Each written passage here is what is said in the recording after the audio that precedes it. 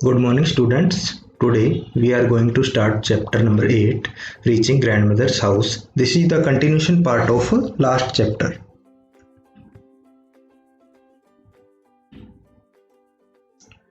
बच्चों, जैसे कि अपने जानते हैं कि ओमाना की यात्रा कच्छ गांधीधाम से शुरू हुई थी और वो अपनी नानी के घर कोटायम जा रही थी।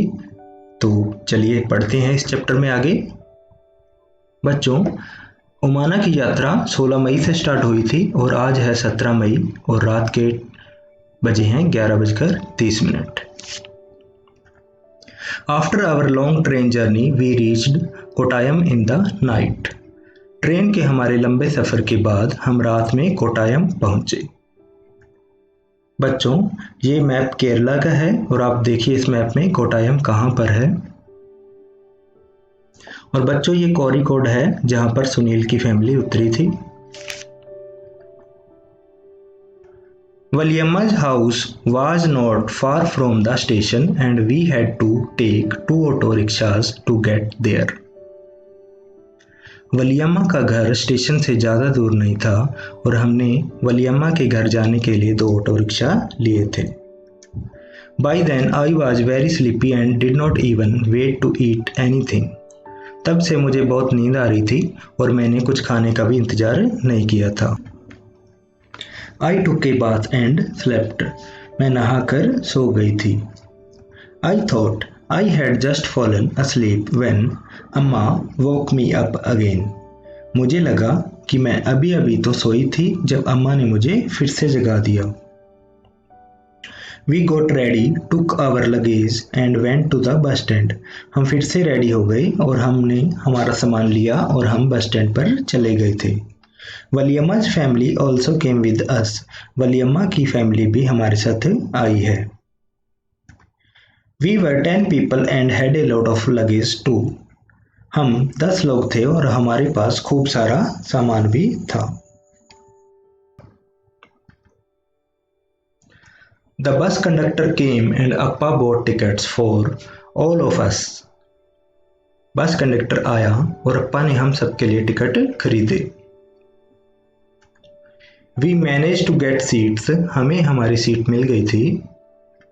As it went along, the bus got very crowded.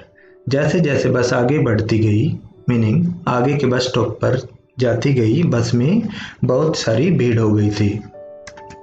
People were sharing the seats.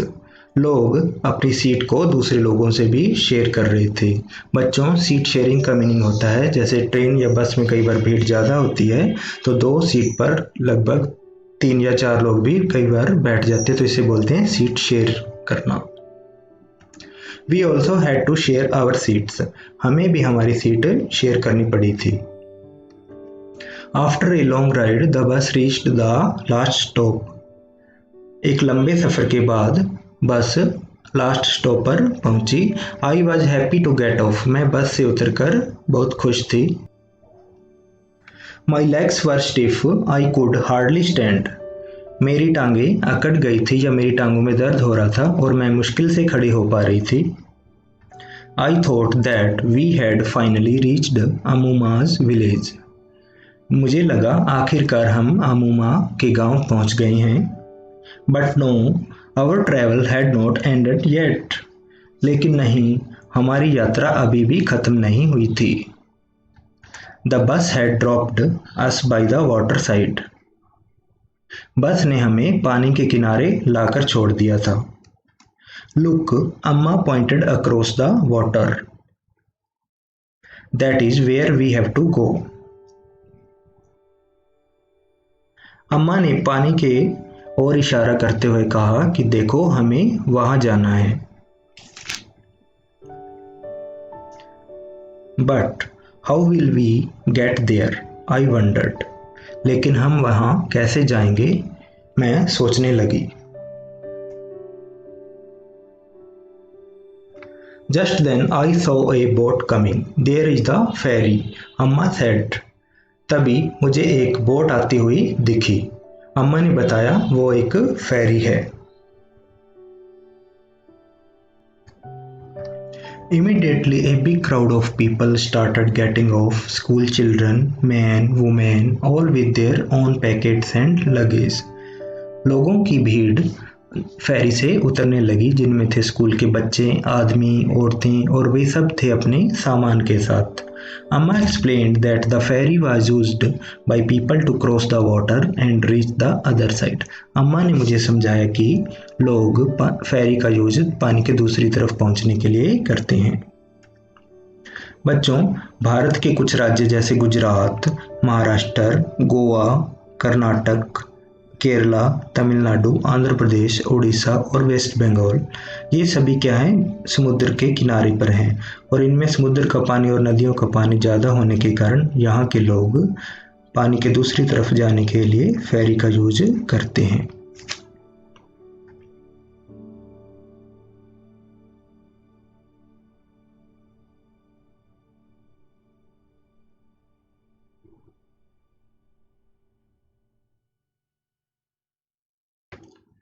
As soon as the ferry got empty, the big rush started from our side. जैसे ही फेरी खाली हो गई तो हमारी तरफ से लोगों की भीड़ फेरी में चढ़ने लगी। Everyone had to pay the fare before getting on. सभी को फेरी में चढ़ने से पहले फेरी का फेयर यानी कि फेरी का किराया पे करना था। Very soon the ferry was full. It started off again. बहुत जल्दी ही फेरी फिर से भर गई थी और इसने फिर से चलना स्टार्ट कर दिया था। I managed to get a place to stand along the railing. मुझे फेरी में रेलिंग के पास खड़े होने की एक जगह मिल गई थी। बच्चों, ये है रेलिंग, जो कि स्टील या आयरन से भी बनी हो सकती है। बच्चों, आपने रेलिंग को अपने घरों की छतों पर भी देखा होगा। I saw the rippling of the still water as the ferry moved. जैसे जैसे फेरी आगे बढ़ रही थी तो मैंने पानी में लहरों को या तरंगों को उठते हुए देखा। बच्चों, आप इस पिक्चर में देखिए, आपको नजर आएंगी कैसे तरंगे या लहरें उठती है। आपने ये बारिश या कभी आपने पानी में पत्थर भी गिराया होगा तो आपने लहरों को देखा होगा। इसे बोलते हैं rippling of the water. It was moving smoothly on the water. फेरी पानी पर बिल्कुल आराम से चल रही थी। There were rows of coconut trees on the banks of the river. नदी के किनारों पर एक कतार में कोकोनट के ट्री थे। बच्चों, केरला में सबसे ज्यादा नारियल के पेड़ होते हैं। और बच्चों, ये है बैंक्स ऑफ द रिवर, जिसे अपने नदी के किनारे भी बोलते हैं।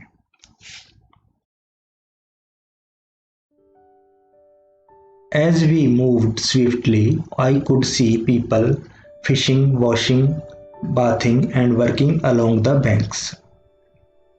जैसे जैसे हम तेजी से आगे बढ़े तो मैं नदी के किनारों पर लोगों को मछली पकड़ते हुए, बर्तन या कपड़े धोते हुए, नहाते हुए और काम करते हुए देख पा रही थी।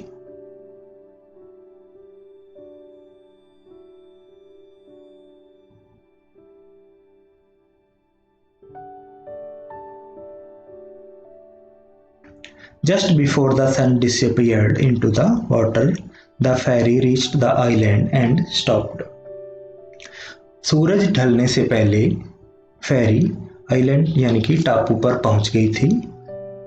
बच्चों, आइलैंड क्या होता है, चलिए जानते हैं।